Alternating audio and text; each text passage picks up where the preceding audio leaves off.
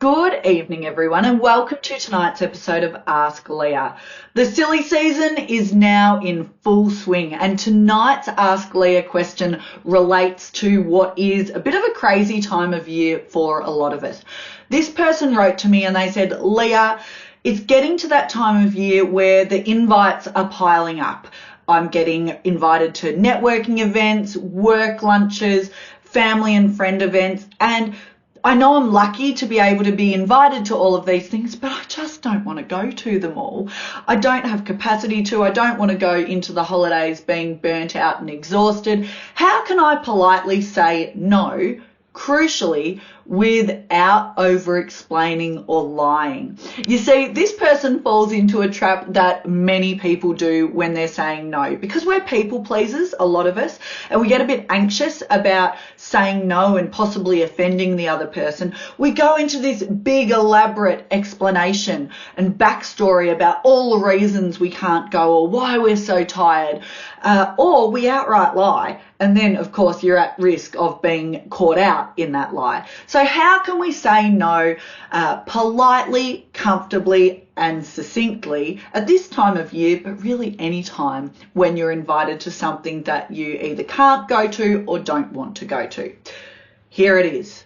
Start off by thanking the person for the invitation. So it might look like this. Thank you so much for the invite. I really appreciate that you thought of me. Next, state that you are unfortunately unable to attend. So, unfortunately, I am unable to attend. You don't have to explain further. Amazing. You can leave it at that. And then finish off by wishing them all the best for the event. I hope it's a great success, or I hope you have a wonderful night. Put it all together and it looks a bit like this. Thank you so much for the invitation. Unfortunately, I am unable to make it, but I hope it's a great night and wish you a very Merry Christmas. Done deal. Now, if they come back to you and say, "Oh, why can't you come?" It's more likely to be a mate who does that or a friend rather than in a work environment.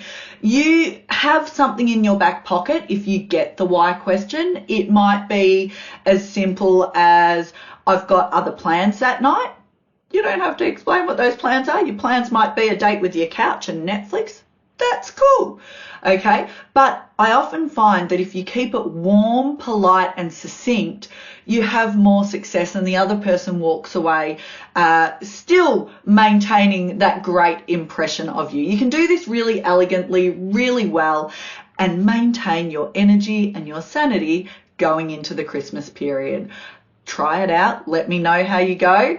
And remember to protect your energy and time. If you have a question for Ask Leah, send it through and I will do my best to answer it for you next week. Cheers.